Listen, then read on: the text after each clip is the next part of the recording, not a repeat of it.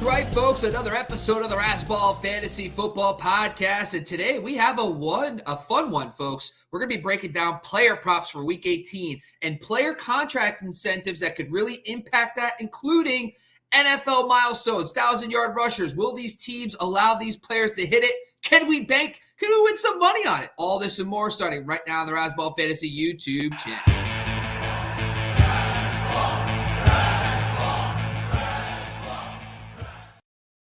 Now, I feel like I just should say the word slot first. Why? Just throw it out there now because that's what it usually is. But today we're having a little fun. Today we're going to be doing some player props, and we're going to talk a little bit about some of these contract incentives, Ben. I gave you a little bit of a homework assignment. I'm excited to talk about this today, man. What's going on? How are you? Right. So I've got my homework right here. So the dog didn't eat it. I'm ready to go. I'm excited. Look. It feels weird not having to do like 1,500 rankings and start-sit questions and sort out waivers and sort out teams. It's like I've got all this time on my hands and I'm like, what are we going to do with that time? Bobby goes, let's do player props. And I went, that's the perfect way to go with to finish the season in Week 18. So this started, I actually wrote up an article a couple of years. I've been doing this like my third year writing up an article. Go check it out, by the way, on razzball.com. There's a written piece about what player contract incentives are on the line. So guys can get anywhere from 1,000. There's some guys that can earn up to like $1 million this weekend based on performance, based on receptions, receiving yards, rushing yards, touchdowns. And what we did is basically evaluated every contract to see which players we actually could cash in on as well. So bad news is it seems like Vegas and everybody's holding it close to the chest right now because a lot of these guys don't even have props yet. So we're going to give you what we have right now.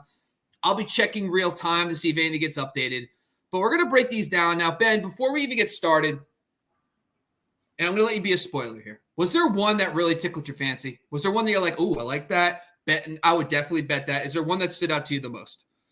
I think the most interesting one is Puka Nacua because they've come and basically outright said, we are going to get him 4 receptions and 27 passing yards. They're just like, this is definitely going to happen. This is the only reason he's playing. He is playing because we want him to get the rookie record. So we know exactly what to expect with Puka Nacua, which is really good if for some reason you're playing Week 18 fantasy. And it's really good if you're looking at his line and going, well, I need to know what to expect. Well, you can expect 4 receptions and 27 passing yards, give or take. Obviously, they're going to want to get him both, but that's the one that really jumped out to me. I'm like, well, they've literally said it for us. That makes life really interesting. But there's a lot of really interesting ones here as well. I'm really interested in what you're going to think about him as well, Bobby. Yeah, we can talk about Puka first. It's on the list. It's 4 receptions. Yeah. He's got to get the 28 yards. Now, the thing I will say about this one is this actually might be one of the irony is, if they actually come out with a line, they might not, because right now Carson Wentz, there's no Matthew Stafford, no Cooper Kupp. They might just pass it off because knowing that it's such a set number and that the Rams have kind of come out and basically said, I actually haven't seen any lines yet on this, but if there is a alternative line for Puka, like I actually might bet the under if they do something ridiculous. If they do like a 65, 70 yards, I could see them literally throwing him 4 screens and say, go get 28 yards. And if you get it, he'll on the 4th catch, if he goes for 35 yards, he's done. Like, that's it. They're not going to keep playing him. So I actually this one is the one where I actually thought about maybe if there's an alternative line where they juice it up to, 70 yards, that I would take the under on because maybe that's risky. That's definitely risky because Puka can take it to the house. But I thought that was interesting. What's your thoughts about that, Ben, before we get moving on? Yeah, I totally agree. I feel like I'd be taking the under on everything, assuming that it's a normal Puka line. Like his line should be around like 6 or 7 receptions. It should be around that 60 or 70 yards. It should be like 0.5 touchdowns. I take the under on all of those things because you feel like they're just going to scheme up 4 plays for Puka that are going to get him that 28 yards. There's kind of scheme plays that are going to get you 5, 10, 15 yards. They're not meant to take it to the house. They're just going to get him enough. I can imagine they do that because realistically, they just want to get him off the field as quickly as possible. Yeah. All right, let's get into some more realistic ones. And one of the ones I'm kind of excited to talk about today is DeAndre Hopkins. Hopkins is one of these older receivers that basically signed a contract and they say, hey, go produce and we'll give you a bunch of contract incentives. Now on your screen, you'll see 75 receptions for 1,050 yards. in his contract, he has a bunch of incentives. He actually already got a few already this season by hitting 65 receptions, for example. But these are the ones that are realistically on the line for him coming up. He also has a touchdown where if he gets 8 touchdowns, he gets another $250,000 bonus in his contract. So that's something to look for too. He is someone where if you see an anytime touchdown, you could also throw that in there as a bet this week. But I really wanted to highlight these two because one, he needs 7 receptions to get the 75-yard incentive, but 75 reception incentive. And then he also needs roughly 39 yards for the receiving yards incentive. Now, it's hard to imagine a guy like Hopkins who gets a lot of his production through the air to, only get 39 yards on 7 receptions. But that being said, the Titans don't have anything to play for, and they technically do have Hopkins under contract. So what's your thoughts here, Ben? Do you think he gets it? Do you think they pepper him with targets? What are your thoughts about this one? I think the receiving yards one is way more realistic. His line is generally a little bit lower because he is so boom bust. He has a lot of weeks where he's got 20-odd yards. I think he's had 5 weeks where he's had under 30 yards. So he does have a really low floor. So that means when he needs to get, 39 yards in this case, that's pretty realistic to think that he should get there, but that the line will be quite low and quite accessible. So you're going to want the over on the yardage line. It's the receptions one that's really scary, and it's hard to know exactly what they're going to do. They struggled to run the ball last time they played against Jacksonville, so it's hard to think that it's going to be a really heavy Henry or Spears game. You think they're going to have to throw it, but it's not Will Levis this week. Will Levis is out, and that makes it trickier to know what to expect from Ryan Tannehill. So it's hard to trust the receptions. I don't know that they're really going to scheme him up for 7 receptions, but I do think he's pretty clean to get the receiving yards. Now, unfortunately, if you live in the state of California, you don't have access to DraftKings like I do, and I don't, so because I live out here. But they do have Prize Picks, so you have options there. The one thing I will say is Prize Picks has already come out with a 0.5 receiving touchdown prop, which I kind of like for him. The last time these two teams faced, he went 4 for 59 and 1. So the other thing I'm going to highlight, though, is on DraftKings, and I believe FanDuel does this too, but I can only speak to DraftKings, they do alternative receiving yards props. So essentially, if the regular line is 60 yards, they'll do one that's worse odds, but they'll do 50 and 40. Like if you can get an alternative prop in a parlay, like around 40 yards, I would take that all day. I think he's going to definitely get it. He did it previously against Jacksonville, so I like that bet. And this season, he's gotten, at least 39 receiving yards in 75% of his games. So I think that's very realistic. The reception thing, maybe not so much, but if the prop is 4.5, I actually want to take the over. So I do think they want to keep him happy, right? They want Will Levis to have DeAndre Hopkins next year. So I think there's a little bit of incentive to give him the ball there. All right. So this was approved. Next one is Baker Mayfield. Now, Baker has talk about a guy who has a bunch on the line. Now, some of these guys like Geno Smith, Jordan Love, a bunch of guys have incentives for making the playoffs. But Baker actually has incentives embedded in his contract for passing yards, yards per attempt, touchdowns, passer rating, completion percentage. The craziest part, it's not based on numbers. It's based on where he finishes on the season. So he has to finish top 10 or top 5 in the NFC. And the worst part is he's inside there, but the guys right behind him are Jalen Hurts in passing yards and Jordan Love. So those guys are right behind him right now. And if they both pass him up, he will fall outside the top 10. So this is notable because Jalen Hurts has something to play for, and Jordan Love, and I believe they both play after Baker Mayfield this weekend. So Baker's going to have to come out balling. He's got a tough matchup against Carolina. What's your thoughts here, Ben? Do you think he's going to get that passing yards prop this week? I think it's one of those tricky ones where, firstly, we know he's coming into the game with an injury. We're expecting him to be a full go, but the fact that he's questionable means that he's not going to be 100%. It does beg the question whether they pull him when the game is close. The fact that they need to win this to make the playoffs means that I think that's going to be their number one focus. Where it becomes interesting is if they get a 2-3 score lead and they get in that situation where they'd usually say, okay, Baker, you're done for the day. And he says, well, I want my passing yards. Do they leave him out there? Do they let him keep throwing? I think probably not. I don't think they're going to risk playoff Baker simply so that he can get the passing yardage. I think this is one of those ones where it's not going to make that big a difference. So here's the thing. His prop is 225 yards. He's done that in about 2/3 of his games this season already. He's got a tough matchup against Carolina. who's been very good all year against passing attacks. But it seems really close. Like last time these two teams faced, he was just over 200 yards. We're talking maybe a pass or two that goes the right way for him. And I actually think that I would be interested in putting it in as a passing yards over at 225. It's not too high. And I do think that, I mean, Carolina has been more of a run funnel defense this year. We understand that. But the fact that he was so close last time, I just think that mojo, I think Mike Evans, I think those guys are going to want to get it for him. So I'm going to take it. I actually think that 225 isn't bad, and I'm willing to go for there. All right, let's shift down to the next one. It's Joe Mixon, 12 touchdowns. Right now he's at 10. Now, this isn't just rushing touchdowns. This is total touchdowns. The other thing with Mixon that is interesting about this prop, he just got the 10 touchdown incentive last week. Now he's going for 12. Now, this one's going to be tough to get to. But the question is, a lot of this is going to be anytime touchdown. So could he score at least one touchdown in this game? He has scored a touchdown in 56% of his games this season. What's your thoughts here, Ben? Do you think you are interested in Joe Mixon's touchdown prop this week?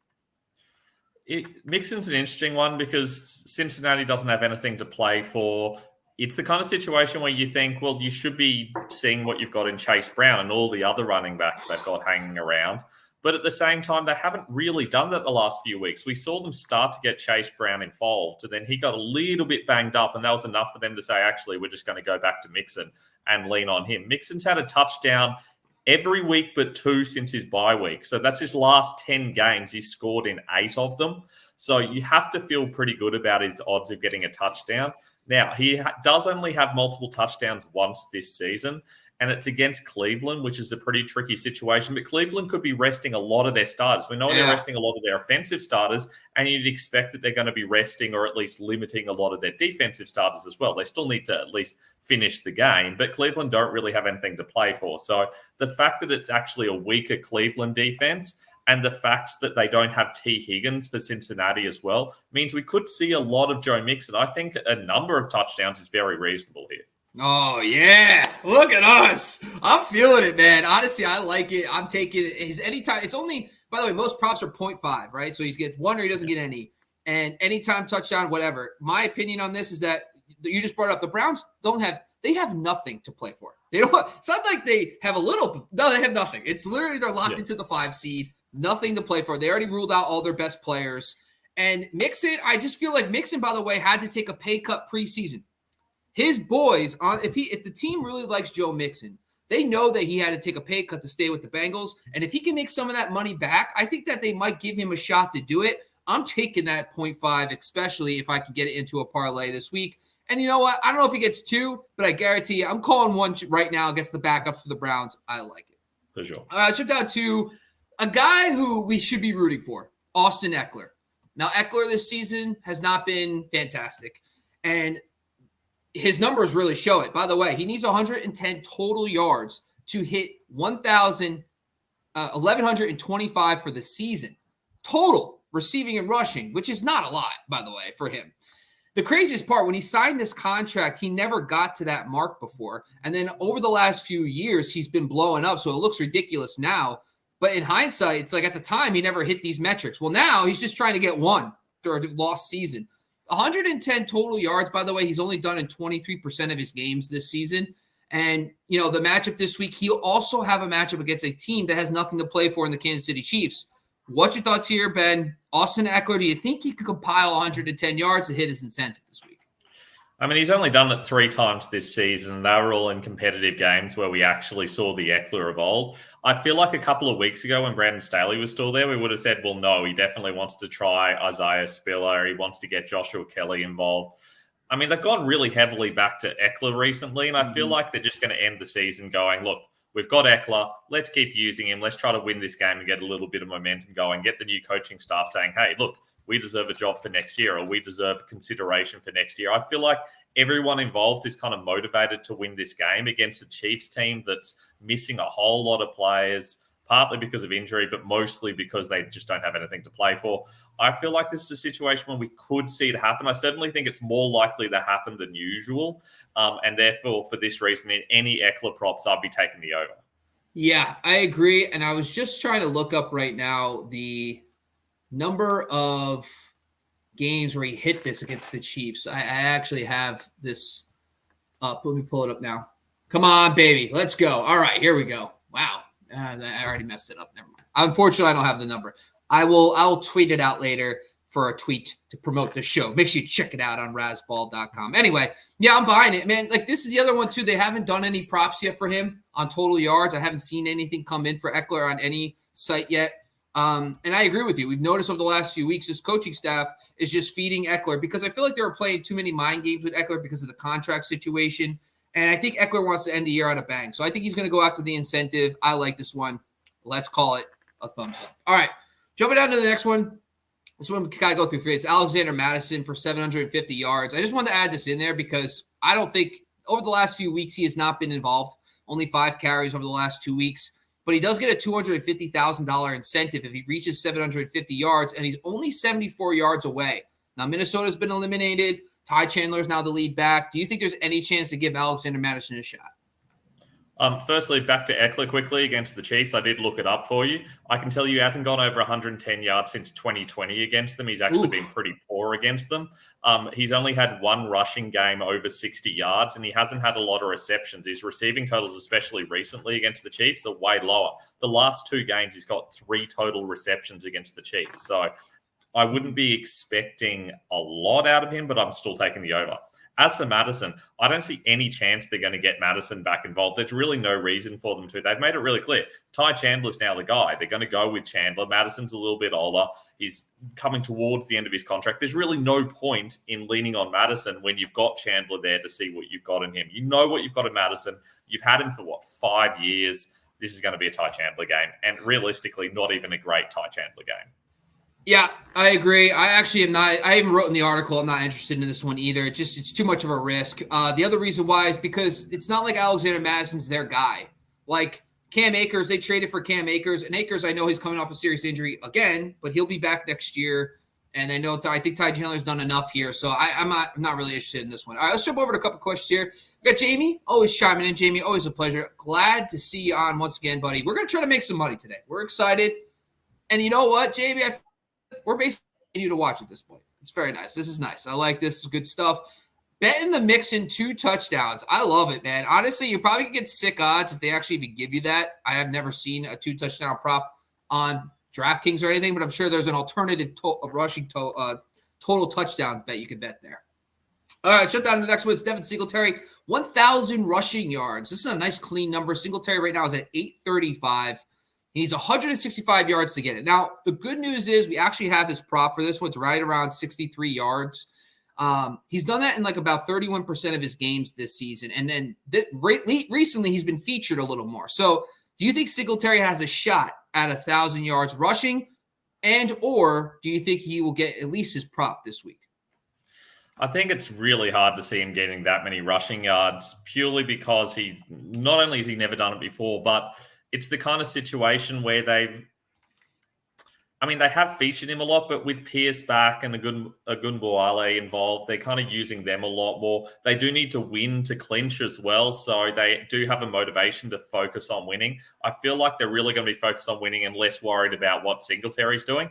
Having said that, the Colts are one of the weakest run defenses around, so I feel like he is going to get a lot of rushing yards. I don't think he's going to get 1,000 total. I don't think he's going to get 165 or whatever he needs, but I do think I'm still going to take the over on this prop simply because it's a fantastic running matchup. I've got him top 10 in my Week 18 rankings for anyone who needs Week 18 rankings. He's number 9 overall for me, which is the highest he's been by a mile. It's a great setup for him. It's a great opportunity. Take the over, but he's not going to get 1,000.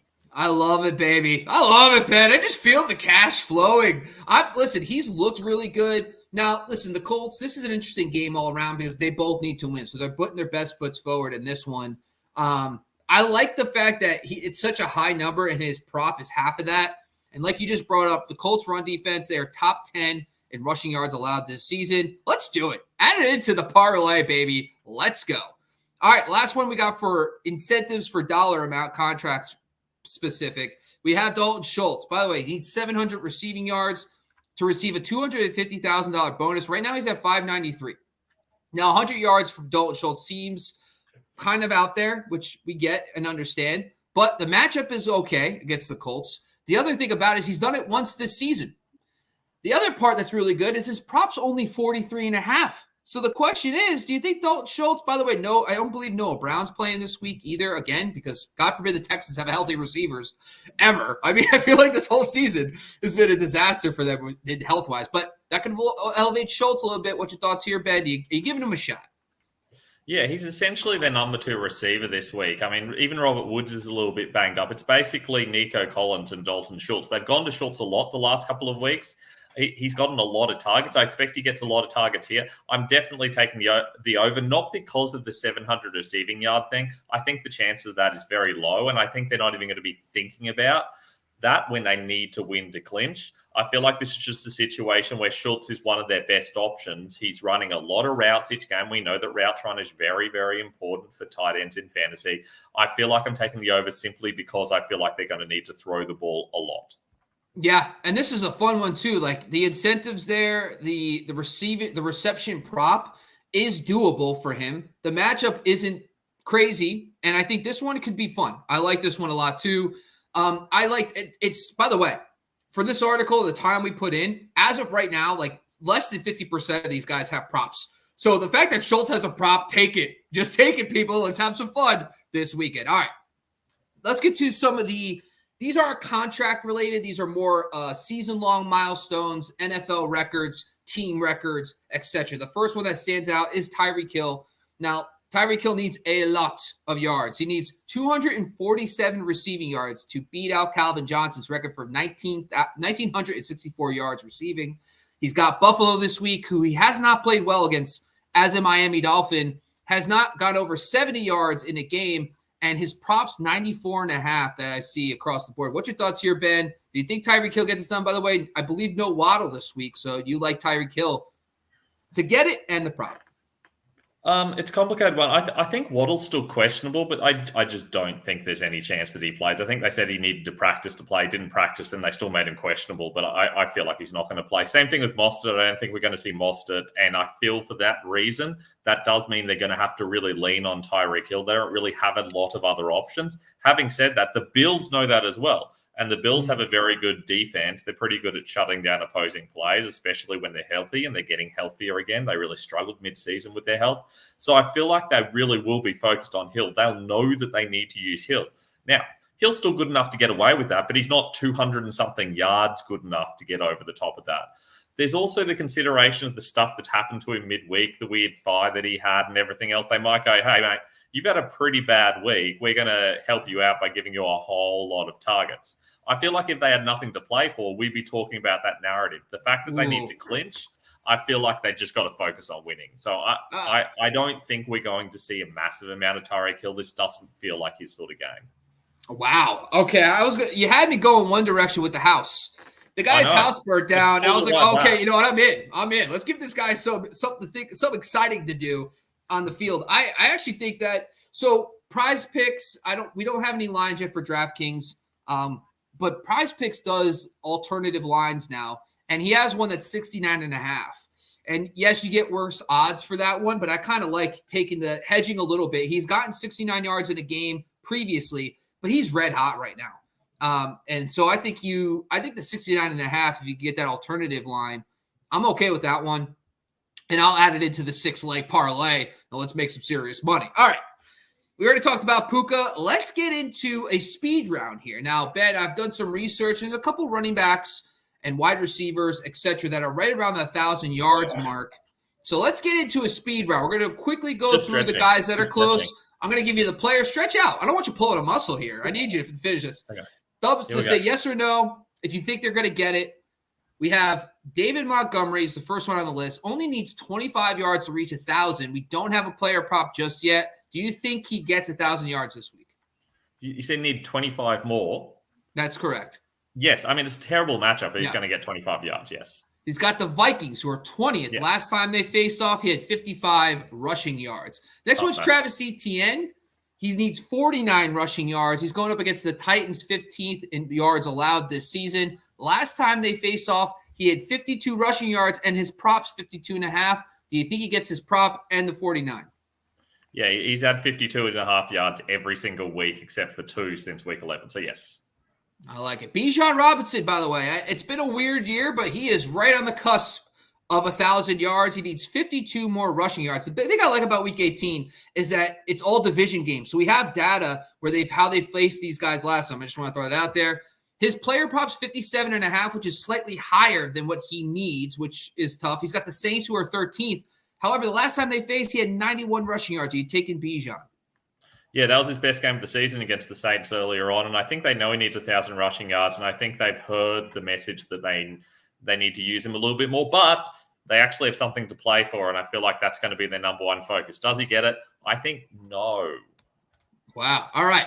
Tony Pollard, next one on the list. He needs 65 yards to get it. No player prop just yet. He gets the Commanders, who allowed the 9th most rushing yards. The last time they faced, he had 79. Do you think he gets there? Yes. Which would be a lot for him compared to what he's been getting the last few weeks, but I think that he does. All right. Isaiah Pacheco. Doesn't sound like they're going to play these guys, so I'm going to skip Pacheco for now. Joe Mixon has 77 yards. By the way, Joe Mixon might be one of my favorite plays this week because of the touchdown prop, but he needs 77 rushing yards to get to 1,000. He plays the Browns. The last time they face off, he only had 56, but he's playing backup, so you think he gets there? He's only had 77 rushing yards 3 times this season. I think there's a big risk that they use enough Chase Brown when they're not near the goal line, so I'm going to say no. Okay. Najee Harris, 77 rushing yards as well. His prop, 62.5. He plays the Ravens, who are going to play a lot of backups this week. What's your thoughts here? The last time they faced off, he only had 37 rushing yards. Rushing is what he does majorly. He's been over 77 rushing yards in over half of his games recently. Yes. We got Barkley next against the Eagles. Last time they faced off, he had 80 rushing yards. He needs 84 to get to 1,000. His player props only 59.5. Do you like this one? No, I feel like the Eagles have worked out what they're going to do. They used Barkley a lot last time. I don't think they're going to do it again. No. Man, come on, Ben. Give us something. Give us Giants fans something to look forward to. I didn't say they're going to do badly. I like Tyrod Taylor. They might have a good. They might have a good game. I just don't think it's going to be on the ground. That's all right. I forgive you. All right, Rachaad White's another one here. He needs 85 rushing yards to get his 1,000. He needs 71.5 as his player prop. Last time he's got the Panthers. Last time they faced off, he got 84. So do you think he gets there this week, and do you think he hits his prop? Yeah, I think they're going to lean on him. I think there's a good chance of this one. All right, Gibbs is up next. Gibbs needs 85 yards to get 1,000. His prop's only 54.5, but he has the Vikings. The last time they faced off, he had 80 rushing yards. You think Gibbs gets there? I think last time was a little bit fluky, so I'm going to say no, he doesn't get there. All right. Let's talk about some receivers here. We also had James Conner. Shout out James Conner. He needs 110 rushing yards. His prop's 70.5. I kind of like that one, too. What's your thoughts about that? That's possible. Yeah. All right. I think he's going to get his prop. I'm going to add him there. I'm going to put a little highlight over James Conner to remind me to bet on. Love James Conner. He's massively underrated. He's one of the best running backs in the league, and people don't appreciate it. He's very, very good.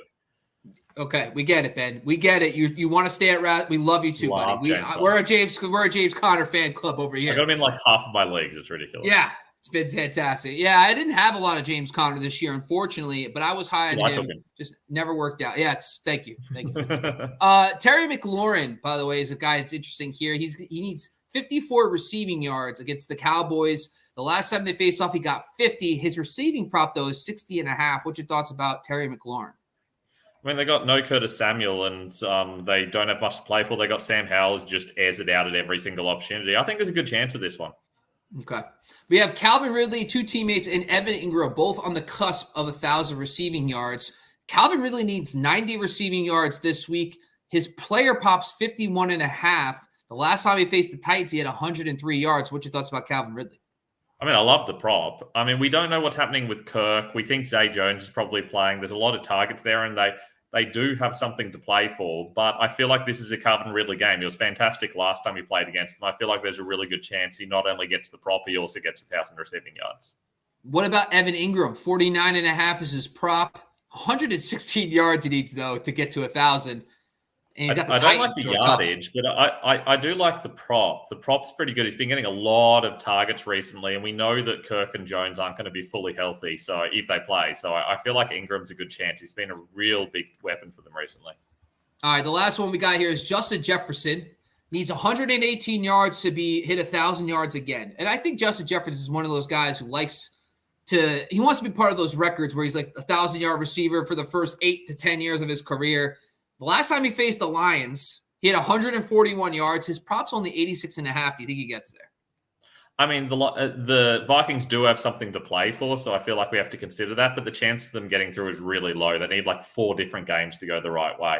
I feel like that regardless of how that works, with Nick Mullins there, they're going to throw the ball a lot. And I feel like Justin Jefferson is by far their number one option. I think there's a good chance this happens. Just give me 1 second. That's okay. Everyone needs to see my beautiful face bigger for a second. Yeah. I apologize. You had me at Nick Mullins. I think Nick Mullins is the game changer there. I think Nick Mullins is going to sling it. And Detroit doesn't have that much to play for. They do. If they win, they have a shot at the 2 seed. I get that. But, yeah, I think Detroit's going to come out and play, but I don't think they can stop Justin Jefferson. All right, let's quickly, guys. Don't need much to say here. I just want to make sure I bring these up really quick. DJ Moore needs 208 receiving yards to surpass Brandon Marshall for the most receiving yards in a season by a Bear. I think that's interesting because his player prop 63.5. He does have a tough matchup against the Packers, who have been kind of up and down this season. Last time they faced off 25 yards. So I don't know. Kind of interesting there. Yeah. So I kind of like that DJ Moore has a shot there. I'm interested to see what that one could be like. Amon-Ra St. Brown needs 12 receptions to surpass the all-time Lions reception record in a season. I think that's interesting because he's playing the Vikings, and guess what? Take a while to guess how many receptions he had last time they faced. Oh, look, was it 12? It was 12, my friend. And honestly, I can see his prop being like 7.5. I don't care. I'm taking that all day. Last one I want to talk about. Oh, 2 more. Sorry. Both Eagles. A.J. Brown needs 53 receiving yards to surpass 1,500 yards in a season. Be on the lookout for alternative receiving lines for A.J. Brown. Yeah, I think that Devonta Smith, by the way, is going to force feed targets. He's got the Giants this week. He didn't play well last time these 2 teams faced off, but I do not care. I think that he has a shot at the 1,500. He was 4 yards short last year of 1,500 yards. I think he gets it this year. And the last one's Jalen Hurts, who needs 236 passing yards to surpass Carson Wentz for the single-season passing record for the Eagles, which I like a lot against the Giants. The last time they faced off, he had 300 yards passing. So be the lookout for the passing yards props for Jalen Hurts in a must-win game for them to get a first-round bye. All right, Ben, that's all we got, man. After we talk through everything, how do you feel?